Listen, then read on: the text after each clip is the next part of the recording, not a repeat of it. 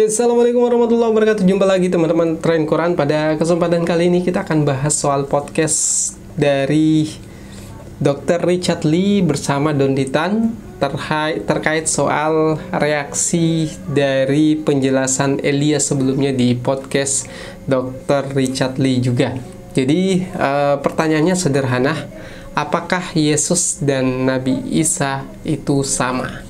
Jadi ini akan kita jawab berdasarkan dari ayat langsung, karena dari apa yang kita tangkap dari penjelasan dari Koh Dondi Tan ini, beliau tidak bisa menyebutkan ayatnya dari mana, dan ini akan kita perjelas teman-teman. Jadi seperti apa ulasannya? Ikuti terus videonya.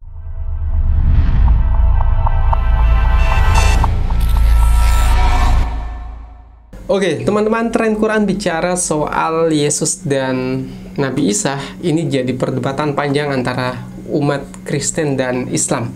Nah, di sini kita akan jawab itu berdasarkan satu ayat saja.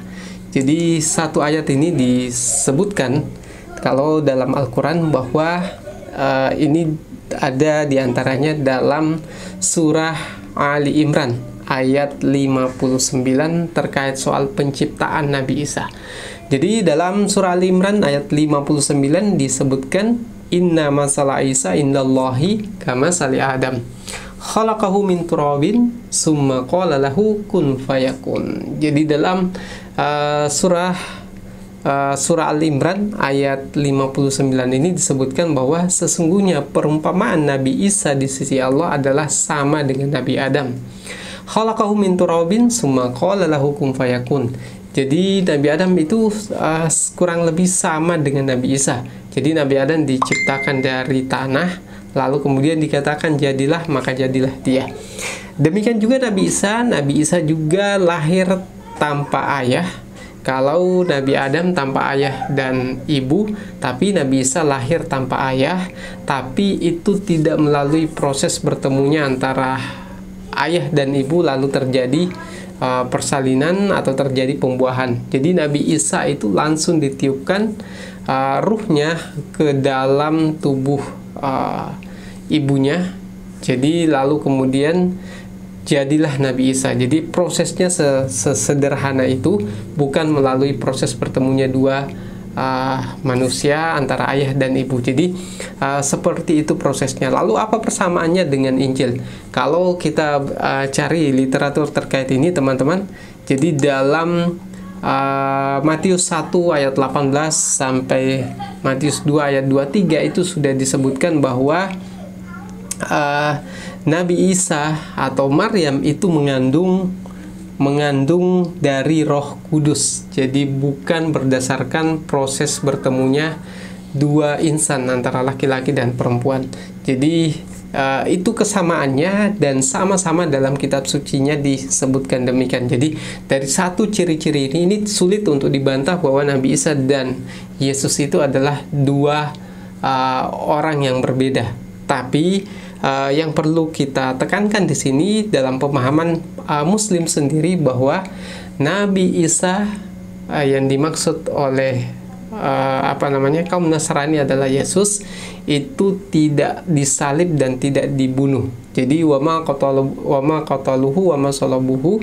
Jadi kurang lebih seperti itu ayatnya. Kalau saya salah, tolong dibenarkan lewat komentar di bawah teman-teman.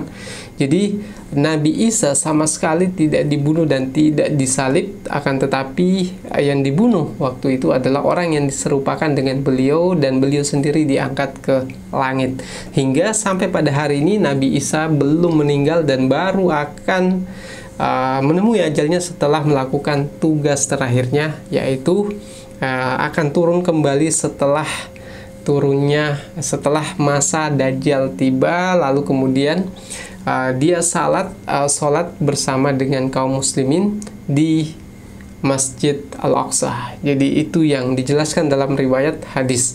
Jadi persamaannya adalah sama-sama lahir tanpa ayah, tapi yang membedakan antara Muslim dan Nasrani adalah kalau Muslim berpaham bahwa Nabi Isa sama sekali tidak disalib dan tidak dibunuh, sedangkan kaum Nasrani memahami bahwa yang disalib betul adalah Nabi Isa. Hanya dari ciri-cirinya itu memang dari orang yang sama. Jadi apa yang disampaikan oleh Dondi Tan.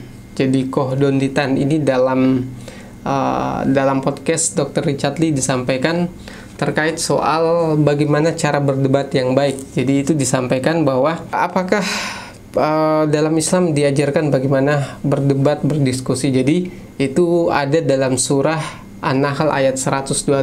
Jadi ud'u ila sabili rabbika bil hikmati wal mau'izatil hasanah wajadilhum billati hiya ahsan. Jadi dalam Al-Qur'an dijelaskan bahwa serulah manusia itu dimulai dengan hikmah. Lalu kemudian al-mau'izah hasanah, dan yang terakhir adalah wajadilhum billati hiya ahsan. Ada banyak tafsir soal ini, tapi yang kita pahami dari tadabbur kita pada ayat ini bahwa kita ajak orang lain untuk melakukan kebaikan dengan hikmah atau dengan memberikan contoh yang baik. Kalau itu pun belum berhasil, dengan mauizah, dengan langsung menasihatinya. Dan kalau itu belum benar, belum baik, belum bisa merubah dia, maka kita ajak untuk berdiskusi dengan cara yang paling baik. Nah, itu yang diajarkan oleh Al-Quran. Tapi dalam podcast Dr. Richard Lee bersama Koh Don Di Tan ini terkait soal Elia, ini ada pembahasan soal Natal. Jadi saya sepakat apa yang disampaikan oleh Koh Don Di Tan pada kesempatan tersebut, bahwa mengucapkan Natal adalah tidak boleh dilakukan. Sekalipun orang yang mengucapkan itu juga ada dasar pembenarannya untuk melakukan itu. Alasannya karena perayaan Natal itu adalah perayaan pengakuan bahwa Yesus adalah Tuhan. Sedangkan dalam ajaran Islam, Yesus sama sekali bukan Tuhan. Dia hanyalah Nabi yang diutus sama dengan Nabi-Nabi sebelumnya, dan juga sama dengan Nabi Muhammad. Nah, itu yang jadi dasarnya. Yang kemudian perlu kita tambahkan bahwa ucapan Selamat Natal itu tidak bisa katakan sesuatu hal yang biasa, karena dalam banyak hal kata-kata itu bisa menentukan nasib seseorang, bisa menentukan perubahan kehidupan seseorang. Jadi contoh, misalnya ketika seorang ingin masuk Islam, maka cukup dengan syahadat saja dia sudah masuk Islam. Termasuk juga dalam pernikahan, syarat pernikahan adalah adanya akad. Akad itu dengan ucapan. Ucapan itu bisa merubah status seseorang dari sebelumnya belum menikah menjadi menikah hanya dengan ucapan.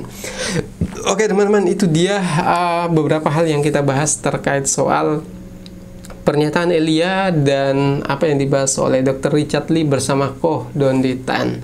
Dan sebelum menutup ini, kami bagi seorang muslim perlu menyampaikan kepada teman-teman Nasrani semua bahwa dalam Al-Quran sudah disampaikan dalam surah Al-Ma'idah ayat 116.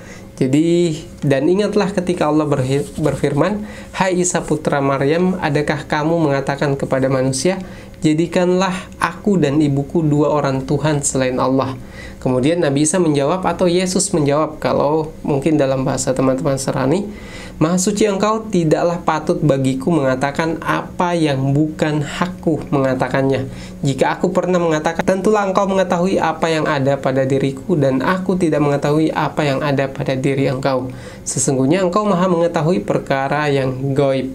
Jadi di sini Nabi Isa sudah memberikan pernyataan. Dalam Al-Quran disebutkan Al-Ma'idah ayat 116 bahwa beliau sama sekali tidak pernah meminta dirinya untuk disembah, baik kepada dirinya maupun kepada ibunya, Siti Maryam. Oke teman-teman, mungkin itu yang bisa kami sampaikan. Lebih dan kurangnya mohon dimaafkan. Sekian dari kami. Assalamualaikum warahmatullahi wabarakatuh.